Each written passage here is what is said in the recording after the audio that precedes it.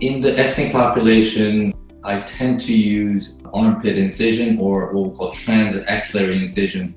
The incision is placed in the sort of the folds of the armpit, and a pocket is achieved. So although the breast implant is placed in the breast, the cut is away from the implant. So when the scar heals in the armpit area, it is very unnoticeable. It blends in with the line. So this is an ideal area if patients do not want any scars on the breast.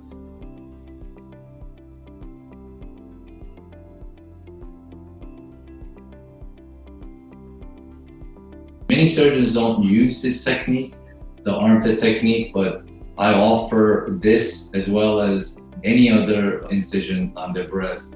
And of course, I incorporate both incision around the nipple area as well as underneath the breast, and they're also very effective.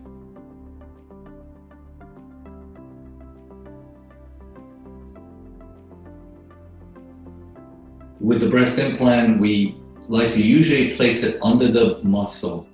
It's called submuscular implant. It's placed under the pectoralis major muscle. This is the biggest muscle on the chest. It's the muscle that you notice. And the reason why we place it underneath the muscle is because when we place it under the muscle, it tends to give a little better sort of contour and a little better transition and hides the breast implants better. So the preferred method is under the muscle. And one of the complications that can happen with any of the implants is that it can cause what we call capsular contracture or tightening of the scar around the implant, and it can deform the breast shape.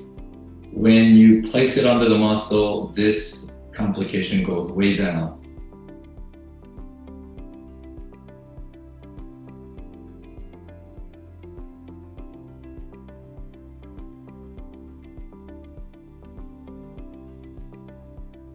The younger patients or patients whose breasts are not sagging. For the patients that have breasts that are sagging, we have to lift the breast a little bit and put an implant in.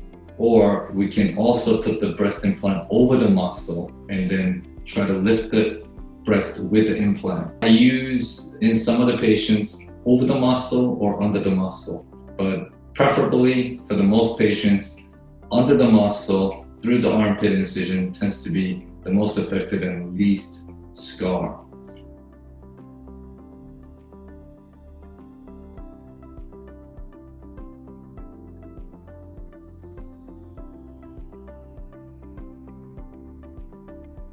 After the breast implant surgery, patients do have some discomfort, but very tolerable with pain medication for a majority of patients. They can get back to their regular activity within 1 to 3 weeks.